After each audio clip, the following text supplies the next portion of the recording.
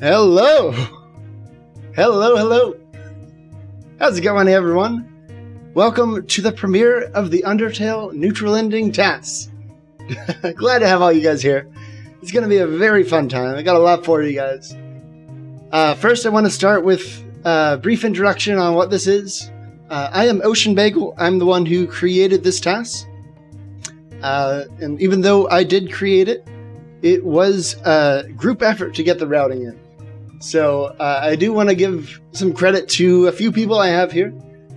So Colinator27, I'm an issue, Gene Poilu, Radu, Rich Connor GMN, Dude5, Willie J, Fixulaw, Shay, Mr. Link 2K, Svol G Sviv, and Geodasha36. Thanks so much to all of you and everyone else in the Undertale speedrunning community. It's been a whole bunch of people. I couldn't list everyone, but I hope I got many of the names who actually helped with a lot of the routing in neutral and in other categories. So this is a project I started a little over a year ago, creating a task for the neutral ending. And honestly, I think it turned out very well. So I'm not going to delay too much. Want to get right into it. But I do want to explain a little what's going on stream. You will see on the left side we have a few things going on there. First of all, we have Livesplit comparing to the current world record. The current world record is 52:38 by Mr. Link 2K. And so we'll be comparing the tasks to Link's run. This is RTA timing in Livesplit, I should mention. Usually tasks are timed a little differently, but because a lot of speedrunners are going to be wanting to watch this, I went with RTA timing, so it'll be, standard timing for speedruns, starting when you confirm the name and ending when you hit the door. Alright, below that we have the Undertale KPS tool. So speedrunners should be familiar with this, but in case you're not, this is a tool for tracking mashing speed. So the KPS is for the keys ZX, Enter, and Shift, which are the keys used to mash text. And those are tracked with a moving average with the big number and then a peak for the smaller numbers up top on the red numbers. And then the green numbers are the text boxes per second. Text boxes require 2 keys to clear, an X key to finish the box, and a Z key to advance to the next text box. And so that's tracked with the green numbers. Again, the big numbers are the 1 second average, and the little numbers are the peak. And then finally below that, we have NohBoard. NohBoard will just display the keyboard inputs going on in the task. And that way you can see what's going on. Alright, without further ado, let's just get right into the task here. Alright.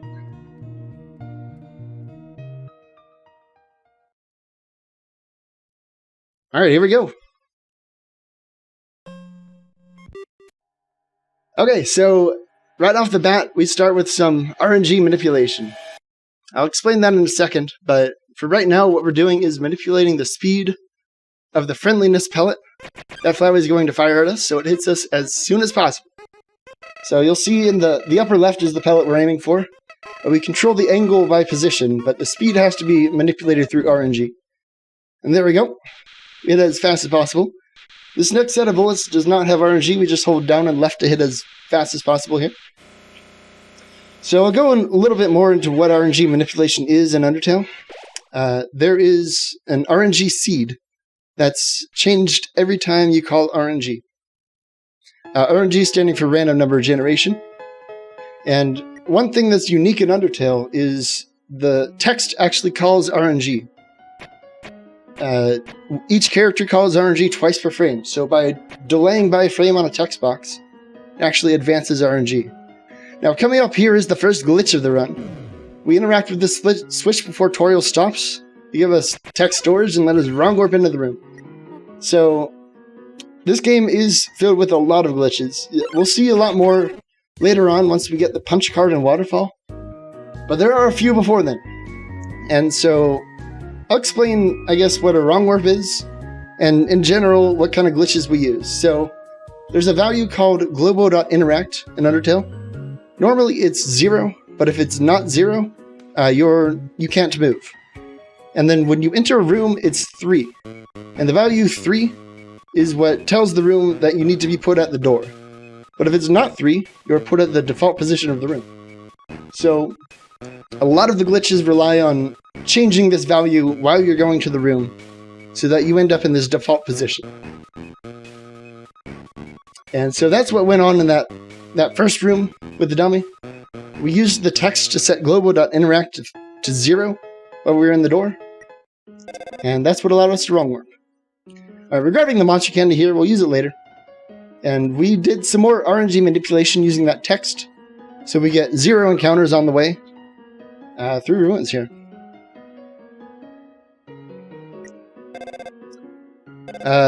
Minor little bug here. We talked to that sign to avoid a third phone call in this room. And then we menu buffer to avoid that encounter. So the step counts for encounters are randomized, which means when you enter a room, you're given a number, and as soon as you take that many steps, you get an encounter. Here's another really cool glitch. I like this one. And we wrong warp that too. So the RNG manipulation is for that step count to make it high enough that we don't get an encounter in the room. Nasbluke here has 2 different attacks for his first turn.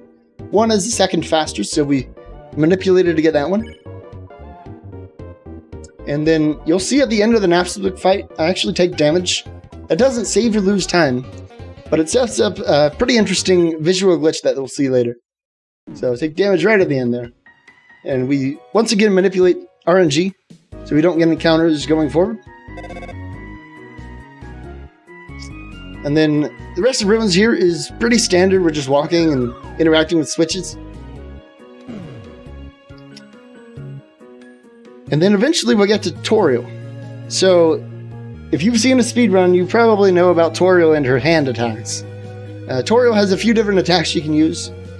One of them has some hands that shoot fire at you. And if you hit the hands, it ends the attack immediately. So the fastest way to do the speedrun is to get as many of these hand attacks as possible. And we're actually going to be using the monster candy, so we increase our HP so we get even more hands. It's a pretty cool task strat. Okay, here there's a 1 frame time save. It's pretty funny, but the collision on the door here is such that going on the bottom side is 1 frame faster than going on the top side. So, yeah, 1 frame there. And we interacted with Toriel there and chose the rightmost options because they're faster. And here I'm going to be RNG manipulating for as many hands as possible. It's not realistic to get all the hands off of this text. It's just too much RNG. The rest will be manipulated in the battle itself. And also, this is the visual glitch I was mentioning. At the start of the battle, you'll see the heart will be flashing with invincibility. Just like that. It's pretty cool. Doesn't save or lose time. So it does matter whether you're getting the top hand or the bottom hand. The bottom hand does less damage when you're over 8 HP. Or 8 or more HP. Alright, we use the monster candy there. Now the monster candy extends the battle by 1 turn. But we get, I believe, 4 extra hands? 3 or 4 extra hands. Which turns out to be faster. And that's the Toriel fight. So we'll just be mashing through our text. And then the RTA split is when we exit the Toriel door. And we're coming right up on that. So you may know RTA runners sometimes do the Wenzen kill strat. Where you kill a Wenzen and it shortens Flowey's cutscene. It is actually not faster than TAS because TAS can do menu buffering to pass that encounter. So we menu buffered right past the Wenzen, didn't even get it. So this next cutscene will be a little longer, but overall throughout the run, it's shorter to do that than to kill Wenzen. Be a long hallway here. And coming up next is Snowden. So Snowden has a few glitches. It's still, we don't have the punch card yet, so we can't do the crazy stuff we do later in the run. You'll see a few cool things there. And not just because it's covered in snow.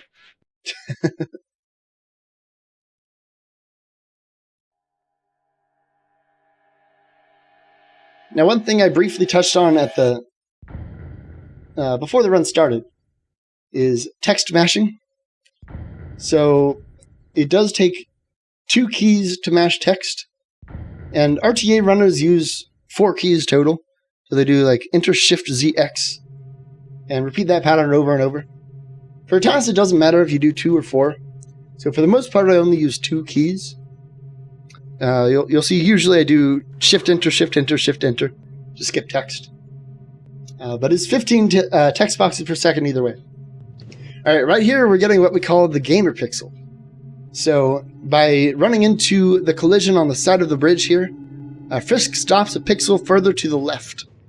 So we're on the top pixel, but also a pixel further left, which causes Sans to stop early here.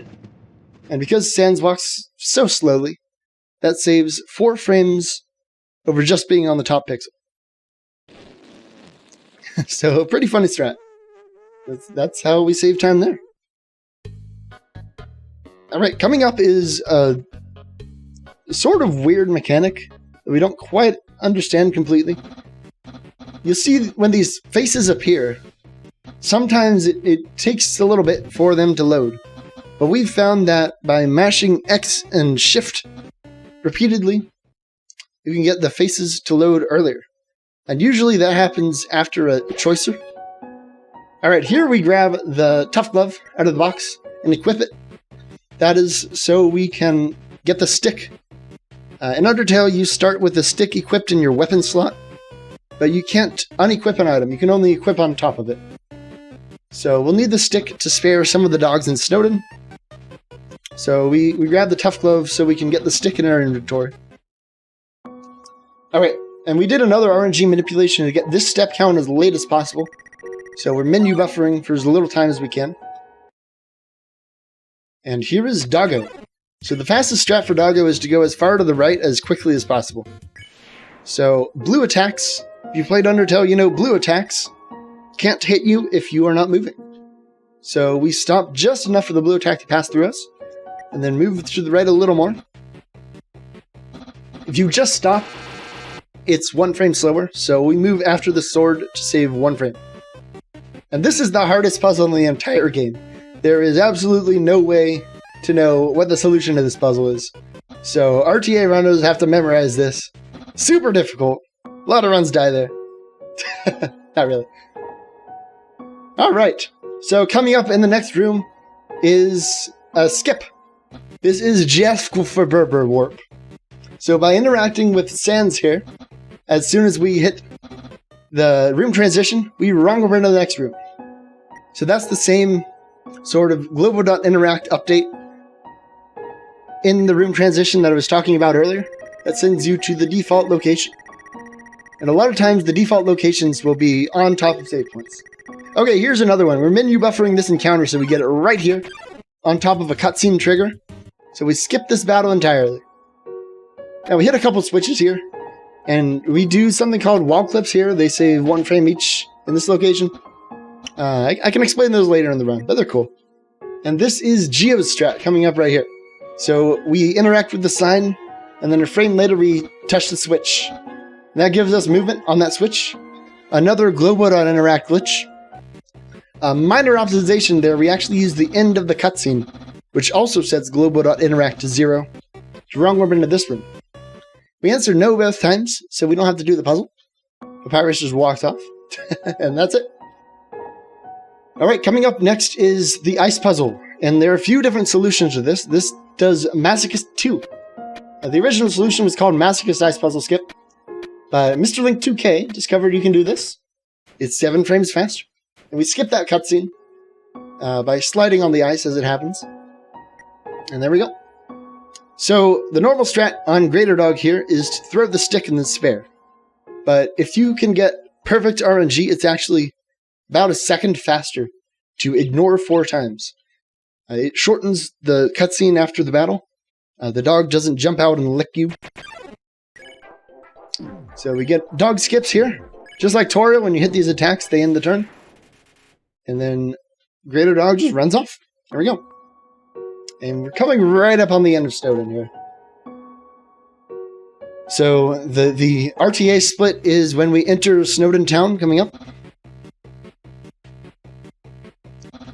And we're just looking off the edge of the bridge there.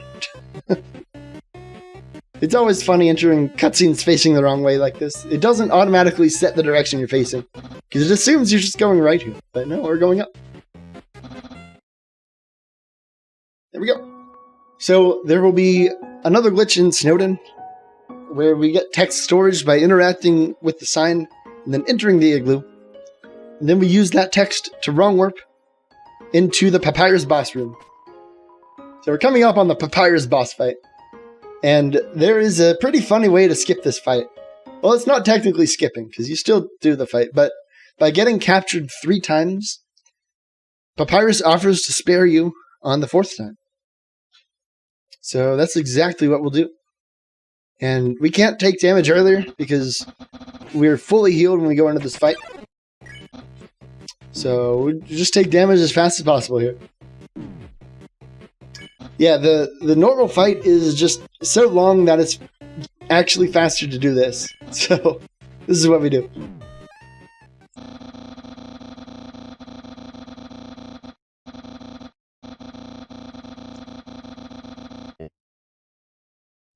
Alright, so you see that bone there?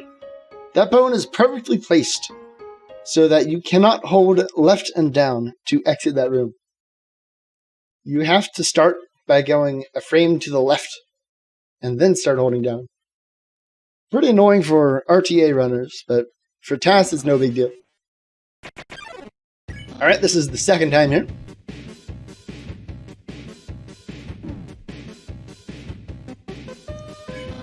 And you'll notice Papyrus never explained how we are blue. There's a funny quote Papyrus says, "You're blue now, that's my attack." We don't get that. The reason we don't get that is because that only happens when you do specific actions in the first phase. And one of those actions, for example, is spare. If you were to spare Papyrus on the first phase, he'll give you a long cutscene and then explain his blue attack, and that loses time, so we don't do that.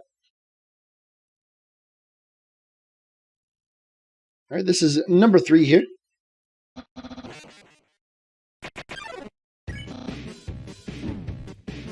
Take a little more damage. A fun fact about this fight, it's actually not getting to 1 HP that ends the fight. You have to get to 0 HP, and then Papyrus sets your HP to 1. If you can get to exactly 1 HP off of this fight, then the fight actually doesn't end. You'll still be in the fight at 1 HP. Now, it's pretty hard to actually just get that set up, but it's pretty neat when you see it happen.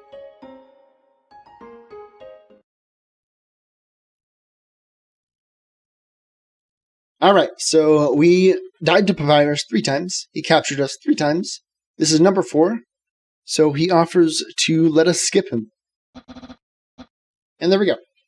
That's Papyrus. So time for this split is when we exit the boss room. And we're quickly approaching Waterfall.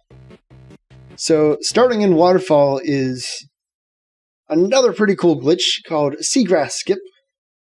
It was found over a year ago in early 2020 by me. And it skips the entire second half of this cutscene up here. So normally what happens is you talk to Papyrus, or no, Papyrus talks to Undyne. Papyrus goes away, and then Undyne sees you in the grass. But by opening item text right when you activate the cutscene where Undyne sees you, you skip it. And we're doing a GS for Berber Goblin Warp here, with a save point on the room transition. So we wrong warp into the next room. Now you may have noticed that I actually used the stick twice instead of once. That's a TAS only, it saves a few frames, but it is very difficult to do. And there I skipped another encounter. I RNG maniped that step count to be as low as possible. And then grab the encounter, hit the room transition, and that advances which encounter we get. Another RNG manip here to get the step count as high as possible, so we don't menu buffer as long there. And then coming up is Spears 1. So Spears 1 has a bit of RNG in it, but because we just manipulated a bunch of RNG, it is not very easy to manipulate this as well. So we basically just take what we get here. And you'll see at one point I actually turn around for a frame. And you may think, well, you're going backwards, that loses time. But no, in this case it actually allows us to go to the right of that set of spears instead of to the left. Which saves time. It saves time for this set of RNG, I should mention. Alright, so here we are at the end of the Spears 1 section. We get another cutscene, but this one we cannot skip. We do not know a way to skip this. We've tried getting hit by the spears when we enter this cutscene. That doesn't work. It would be a major find to find a way to skip this cutscene, but we don't know how to do that yet. And coming up soon is the punch card. So I've mentioned a few times there's a variable called global.interact. And this variable is very important for a lot of things. And the punch card is what we use to set that in most situations in the rest of the game. So this is an item we normally get for buying an ice cream here. By trading in 3 of them, we get a free ice cream. But we're just going to take the 1. And so the property with the punch card is there's a frame between using it in the menu and it appearing on the screen. And you can interact with a cutscene or leave a room in that frame. And then when the punch card appears and you clear it, global.interact is set to 0. So that's why it's so useful. Now this room, the RNG is manipulated by those particles. So the path is actually what we use to manipulate RNG. Alright, you'll see here this is an example of a cutscene skip using the punch card. In the 1 frame between using it and it appearing, we hit the cutscene trigger. And then by closing the punch card, we gain movement and are able to skip the cutscene. So you'll see that a lot. Now in this case, we interacted with that sign right before the battle began. And so we get text storage off of that. We can wrong warp once again.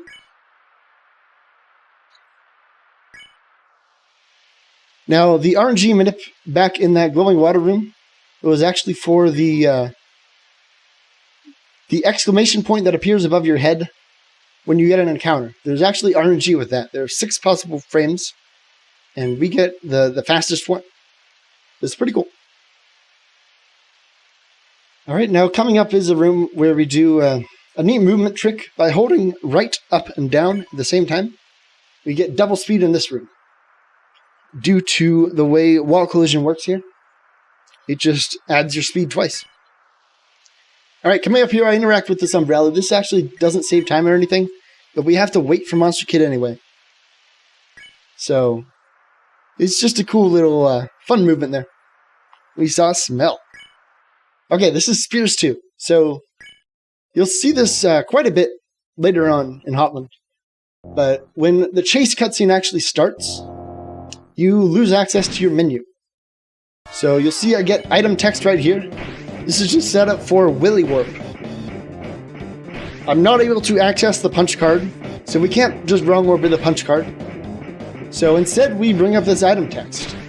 And then we keep it throughout the Spears section. And then right at the end we will wrong warp.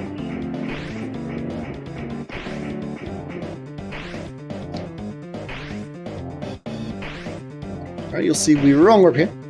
We go all the way to the right until we hit the trigger and then turn around. And that ends the Spears 2 section. Now coming up is a major skip. This is Mad Dummy Skip. It'll be in a few rooms. And it requires some explanation. So in Undertale and other Game Maker games, there's a property called persistence. And this is a property you can turn on or off. If it's on, it means the state of the room is saved. So whenever you go back to the room, every object in that room will be the way you left it. So your player's position, any cutscenes that had started, all of that is saved. Now it's used in Undertale when you enter a battle. So when you go into a battle, you're sent to another room. The room you left is set as persistent, so when you exit the battle, the room will be the way you left it. But by exiting a room on the frame that you enter battle, this persistence property is never unset when you return to the room. So by setting persistence and leaving it set, and then entering the Mad Dummy fight and dying to Mad Dummy, this room is still saved in the state where we just entered battle. And if you enter a room again after entering battle, it assumes you actually finished the fight. So that's what happens here. We die to Mad Dummy, reload, and then it assumes we beat the fight, and we can progress. Now you may have seen that I actually opened an extra punch card while I was leaving. That we call bagel storage, and it's used for another trick we're about to do, called Early Burnt Pan. Now in a persistent room, you can also store other things, and this room stays persistent. So we actually use it to store two different choicers, which are the thing where you have a choice on either side. Normally you can only have one, and a second one would crash or be really difficult. But by having two, we keep them in that room. And now another thing we can do with choicers is called overflow. So by using a choicer while another choicer is up, you advance the text option an extra time. And so we did overflow on the duck to get to the ancient artifact, and then use the two choicers we stored to overflow 2 more times and get from the ancient artifact to the lab fridge, and from the lab fridge to the burnt pan. So we currently have the burnt pan. That's why it's called early burnt pan. Now, not only does this mean we can skip getting the burnt pan in Hotland, but it also means that we can use it against Undyne. And there's a neat property with the Undyne fight, where if you deal enough damage, it advances the fight early. So by using the pan and dealing enough damage to Undyne, we can end the fight a few turns early, actually. Alright, here's a strat called Flower Flow, and we interact with the flower as far right as we can go to manipulate the camera. And we actually can't leave the room yet. There's a barrier in front of the door we exit that's only removed once this cutscene ends. And we want to stay as far right as possible because Undyne and Monster Kid walk until they leave the camera. And so this allows that to happen as soon as possible. And as soon as that happens, we move to where the door will appear. We get item text off of the end of that cutscene, and here we are. Alright, this is a strat called SPCA. I'm not going to explain it, it's way too complicated. And then next comes Undyne. So we PCE 2 triggers, and then use that text to wrong warp here. And then we end up in this room. And by stopping on a specific spot, we only get one phase of Undyne here. So we skipped that entire cutscene where she's introducing herself. And then we end up here. And then we can actually leave this room before she catches us. Really neat little trick. It's super cool to watch speedrunners do it. And it's super cool to see the TAS do it as well. Okay, so you see I'm doing damage here. I'm actually also manipulating the damage rolls, because there is a chance that you don't deal enough damage. Nice hitbox, by the way. Yeah, the hitbox on that spear is on the shadow and not on the spear itself. It's pretty funny. But we did take intentional damage there. That will be for a little later. And we're coming right up on the end of the Enter Lab segment. We just use the punch card again to gain movement on that cutscene. Then wrong warp and enter the lab. Alright, and now we're beginning Hotland. So, Hotland here. We start with a couple PCEs. There is another way to skip the lab without the punch card.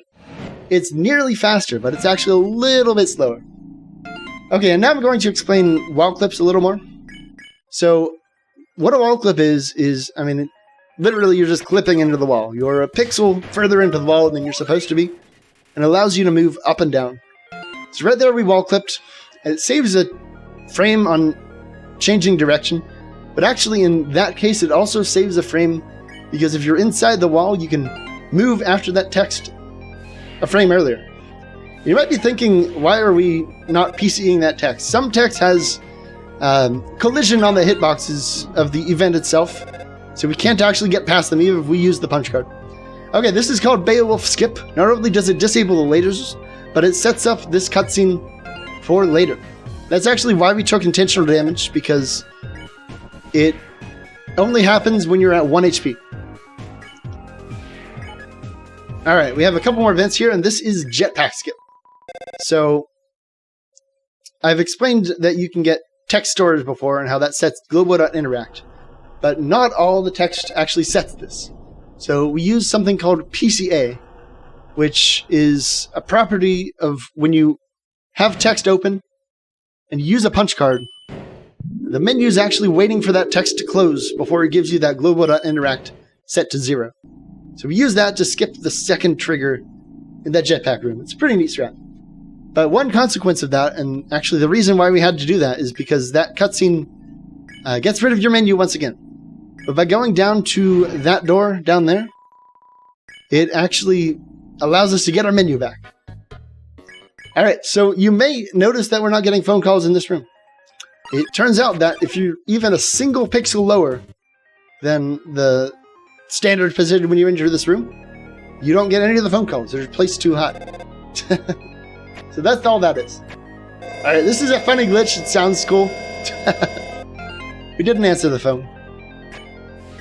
Now we have a couple more glitches here. We interact with the mouse hole because it's fun. Alright, we're coming up on Serious Skip. So this is, it looks pretty complex. And it is, really, but we're basically just using the punch card again, and that text right there was from the lasers from earlier. So if we didn't finish that cutscene, we get it here, because there are other lasers in the newsroom. So we had to be at 1 HP to get that, and we had to not finish the cutscene in the room where we did Beowulf Skip. Pretty neat. But once again, we don't have our menu. So we go back to the floor 1 room with the bridge, because this gives our menu back.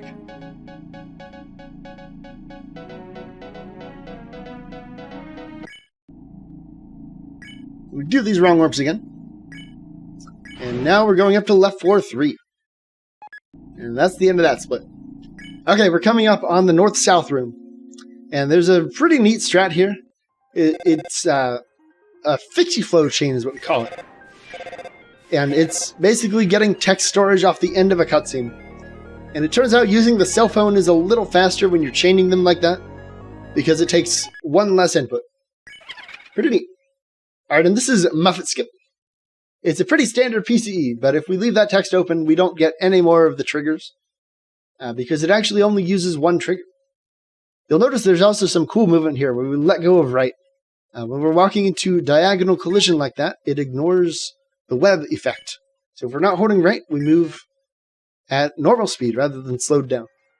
Alright, we skipped the musical there, and we need to get our menu back, but we're not going to do that right away. The reason is, if we go back down to floor 1, we won't be able to come back up to this floor. We'd be stuck going to left floor 3. So we interact with this cutscene right here, and clear it so we get a plot update, which fixes the elevator so we can go back to this floor, so we don't have to redo a whole bunch of stuff again. Alright, and now we're going back to get our menu, and then soon we're going to begin Core. And Core is pretty fast-paced, so I'm going to go ahead and start explaining it now. The route we use for Core is called Snowy Core. What we do is we go to the Core puzzle room, we solve the puzzle, and then instead of just going to the end of Core, like you'd expect, we go backwards to the start of Core, and by finishing the puzzle, we unlock the elevator that goes to the end of Core. And that's actually faster. So, you'll see we do that. First, we have a few cutscenes to skip through. So, we'll go up here. This one we can't skip, because it has a collision, like I mentioned earlier. This one we can, so we just skip that. Wrong warp here. And we actually menu buffer through these lasers. So, blue attacks hit you if you are moving, but not if you have the menu open. So by menu buffering, you get to move with a blue attack on. Pretty cool. Alright, this also uses the SPCA I said I wasn't going to explain before. And you may have noticed that I also said something about PCA. SPCA is basically a special example of PCA. But again, I'm not going to explain it. It's too complicated. Okay, here we overflow the puzzle twice and cheat so we get more bullets. Heck yeah. And this is the beginning of Snowicore, so we're going backwards now. A lot of fast wrong warps, and a lot of the default positions are near the start of the room. That's why it's so much faster. And we skip the color tile puzzle from Snowden. I don't know what that's doing here. And we get to long elevator.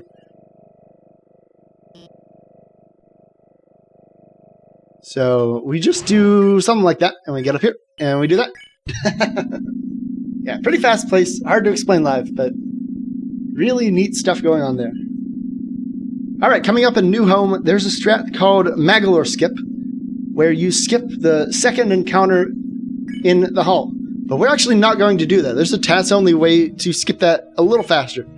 But starting out here, we do an overflow, so we interact with the key on the bottom here. With perfect RNG, it's faster to do that because you don't stop moving right. But we can't actually skip this encounter. Alright, so normally we go into this room to skip this, but it turns out you can actually make it to that room transition right there.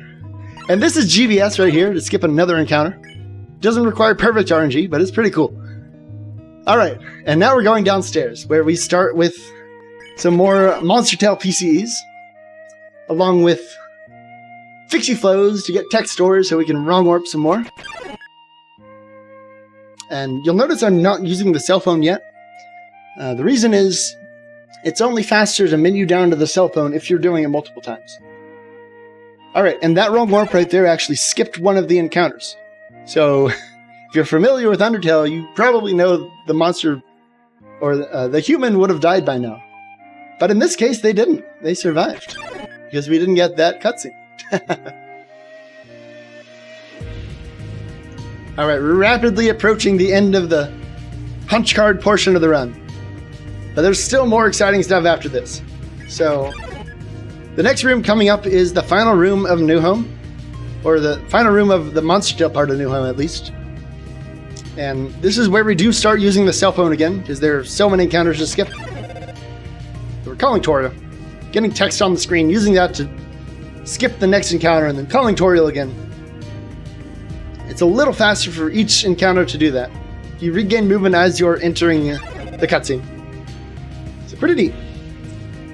Okay, so coming up after this, we have Sens in his Judgment Hall, but we're just going to go ahead and skip him and do a Goblin Warp into the next room, and that starts Rumbu Kombu, which is a series of wrong warps we go into Asgore with. So it skips all of Asgore's cutscenes, and then we go straight into the Asgore fight off of that.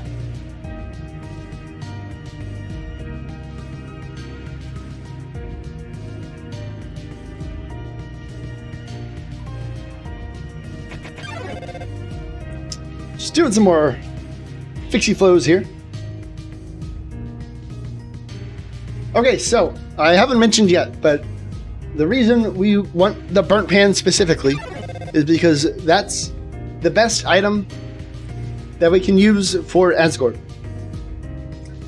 We can't afford the gun, so we don't have access to that. And the real knife is exclusive to the genocide ending. We don't have access to that either. So King Asgore will do 3 things here. And then once we have the burnt pan in Asgore, we can finish him off in 9 turns. So we're at level 4 because we killed a Vulcan earlier. And that lets us kill him in 9 turns instead of 10. And that's what we call a Tasgore. In order to be optimal with the pan, you have to hit all 4 bars exactly in the middle. They're frame perfect each, and Undertale is 30 frames per second. So that's 36 total frame perfect inputs. Alright, this is Rumbu Kombu, straight into Asgore. Alright, so not much to say in Asgore, but we are still at 1 HP. Normally, in Neutral, you would have healed by now. Because although it's not difficult to dodge all of Asgore's attacks, it is still reasonably likely to get hit. And that's not something you want to be worrying about. So normally you'd heal, but we're a TAS, so we don't need to.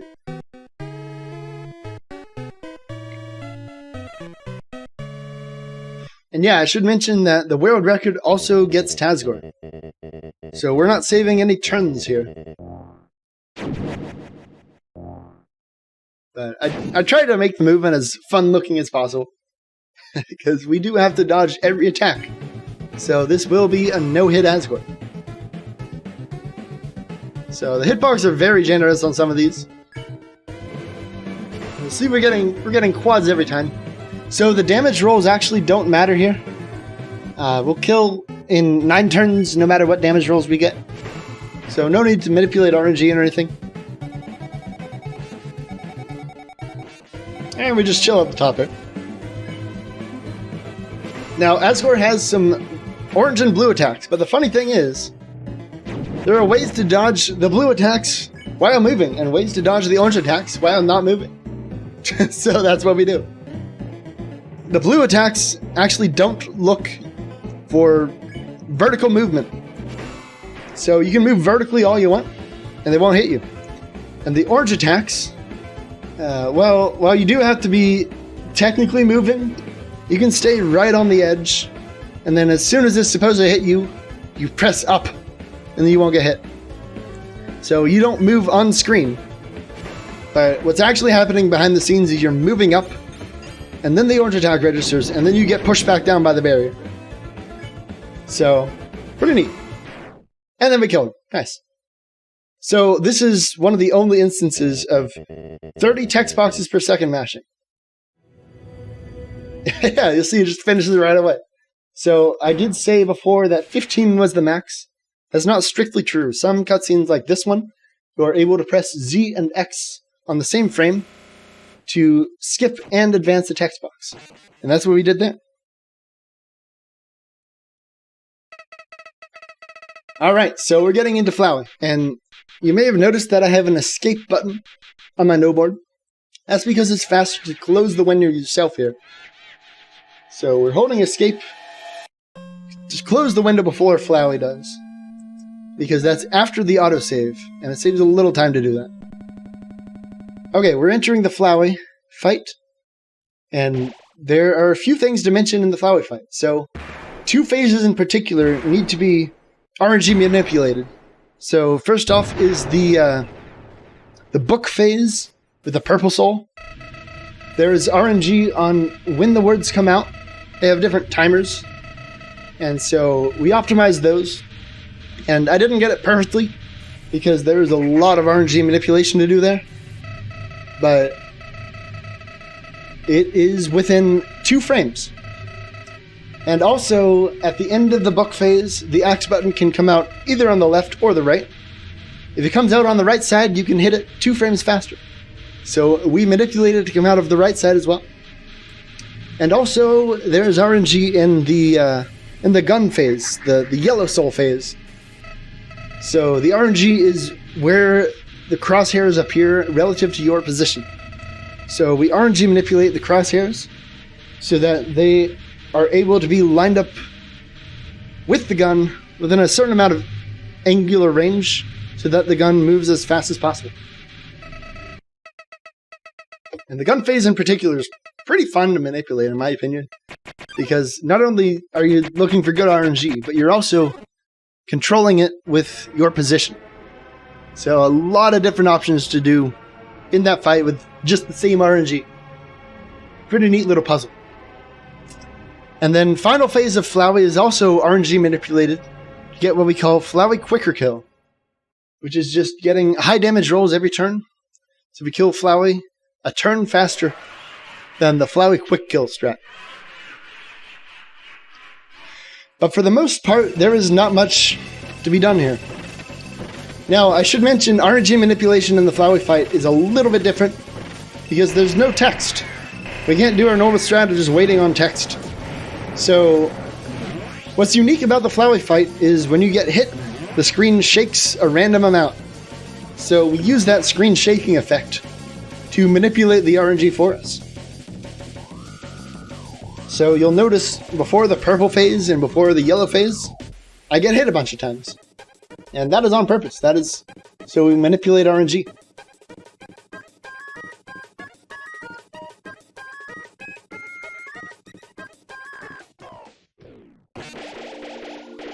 But until then, we're just flying through Flowey.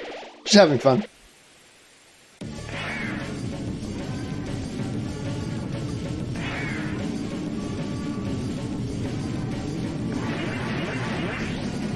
So you'll notice there are fight buttons here, and you might think, well, I'll just do more damage now. But Flowey actually heals up all that damage. So it doesn't save or lose time to hit the fight button there.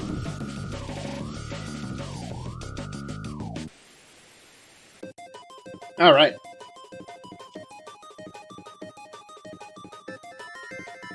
We have another phase here. We're just chilling and doing things optimally.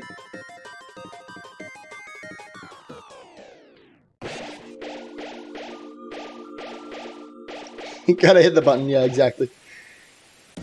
Alright. So, one more phase to go, and then we get to the book phase.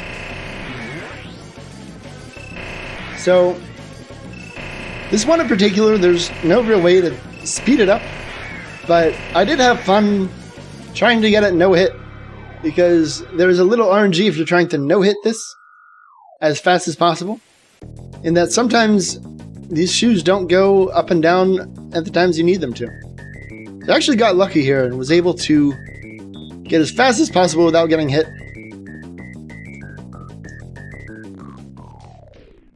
And we get some of these music notes just for fun. Alright, and Purple Soul is coming up, so we will take damage this time. This is to manipulate RNG. And you may notice, or you may not if you're not as familiar with Undertale speedrunning, that these words will start appearing very quickly. 2 frames slower than perfect. So, it's pretty cool.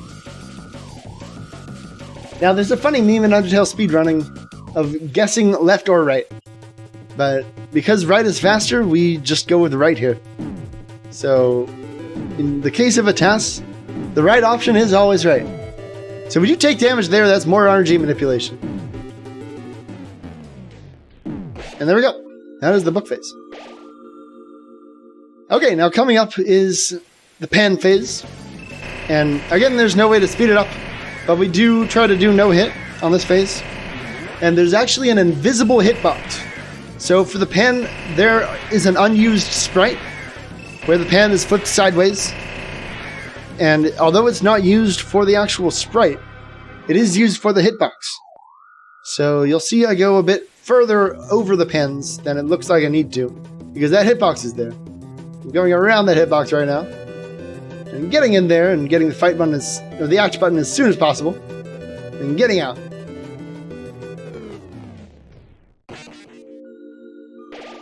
Okay, next up is the gun phase. This is actually the only part of the task that was recorded entirely RTA, because it turns out it's not as efficient to try to task getting hit as it is to just move around randomly and get hit. So that's what I did.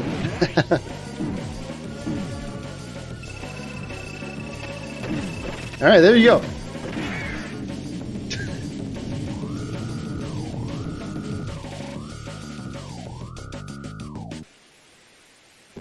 Alright, and you'll see the gun fires very quickly here, because we're manipulating the angle to be within the fastest range of the gun. And we stand on top of the gun, so we hit the act button as soon as possible, and we quit out of the game as soon as it autosaves. That skips a cutscene, so pretty fast. Alright, and this is the final phase of Flowey. So as I mentioned earlier, we will be manipulating for high rolls here. So we don't need perfect rolls, it turns out. There's no way to really save an extra turn on top of this. So we just get rolls that are good enough. Now, RTA, the strat, is actually kind of similar in a way to what the TAS is doing here, where on some turns we actually have to wait, because Flowey has some phases for damage. And there are timers that control when these phases happen. And so by waiting to hit the fight button until this phase happens, that attack does more damage. I should also mention each fight button is on a cycle. So it does not save any time to hit the fight button earlier. So we actually delay hitting the fight button here to manipulate RNG. And there's enough RNG being called in the fight in general, so that's a viable way to do it without taking any damage. Alright, so we are in the second phase of damage here. And there goes the third phase. We're doing 300s now. And this is actually the last phase we'll get. RTA, we go to the fourth phase where it deals 700 for the final hit. Because we're doing a turn faster, we don't get that option.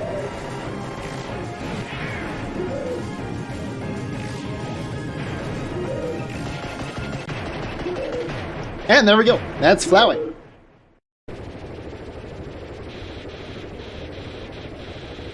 Alright, so there is actually not much left to go. We have a few cutscenes. We close the window a few more times. And then that's it. So once again, we will be skipping a couple cutscenes by closing the window ourselves. So we just have to wait, let Flowey do his thing. And we want to be on top of these pallets here, so they hit us as soon as possible once they have collision.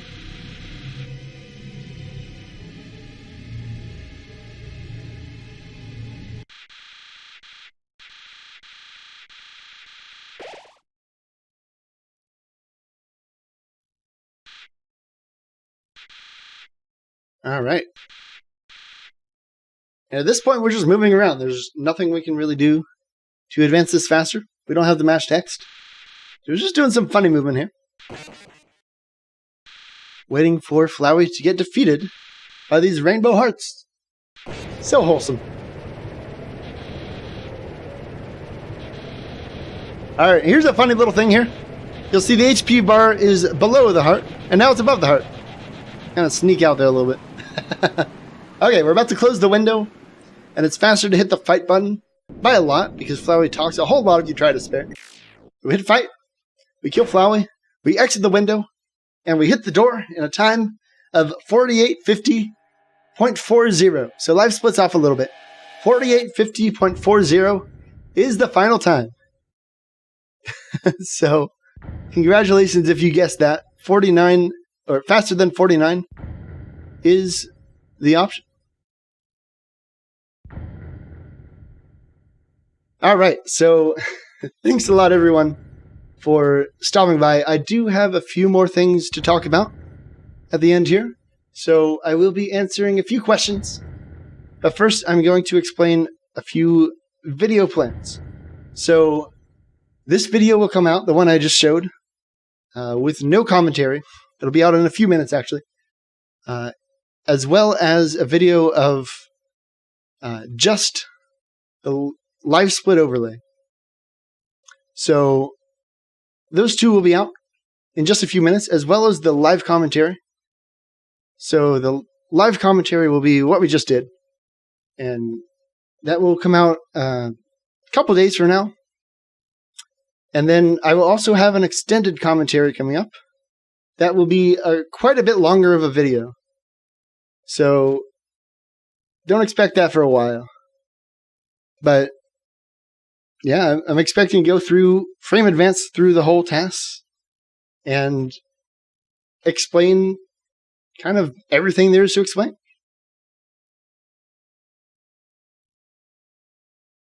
All right. So if there are any questions, I can explain any question you guys have.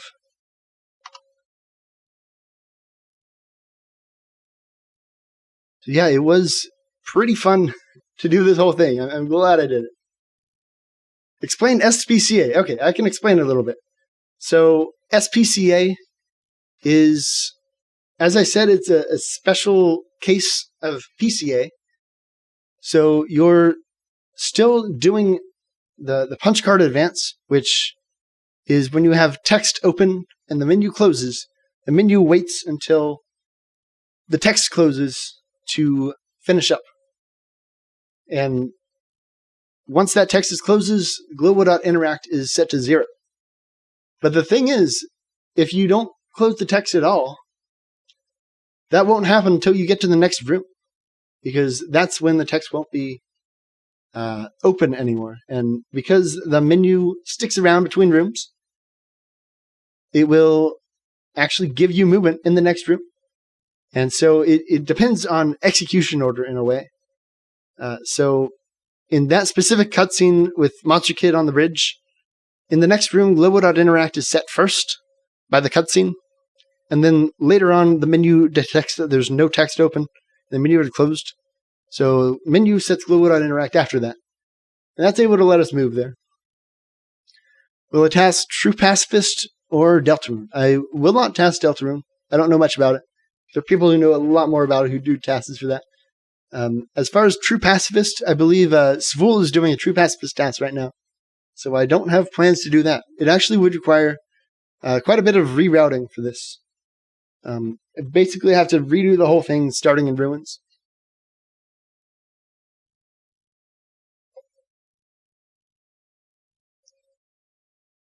Deltarune tasked by Tendog. Yes, I'd highly recommend checking that at 1 hour.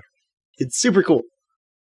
Why not kill Tem? So the RTA strat is actually to kill Temmie for Undyne, because Temmie gives you a level up, which allows you to do the quad strat on Undyne and not have to deal with RNG. But it's no faster to do that because you're just spam killing Temmie versus spam killing Vulcan. So for a task, it really doesn't matter. Arms, yes. Deltarune has a really cool glitch called Arms. Pretty neat.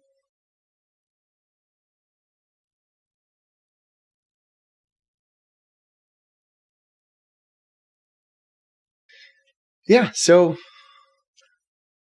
again, thanks everyone for joining. Let me actually get you guys a link to the to this video so you can check it out yourself. Just need to publish them real quick.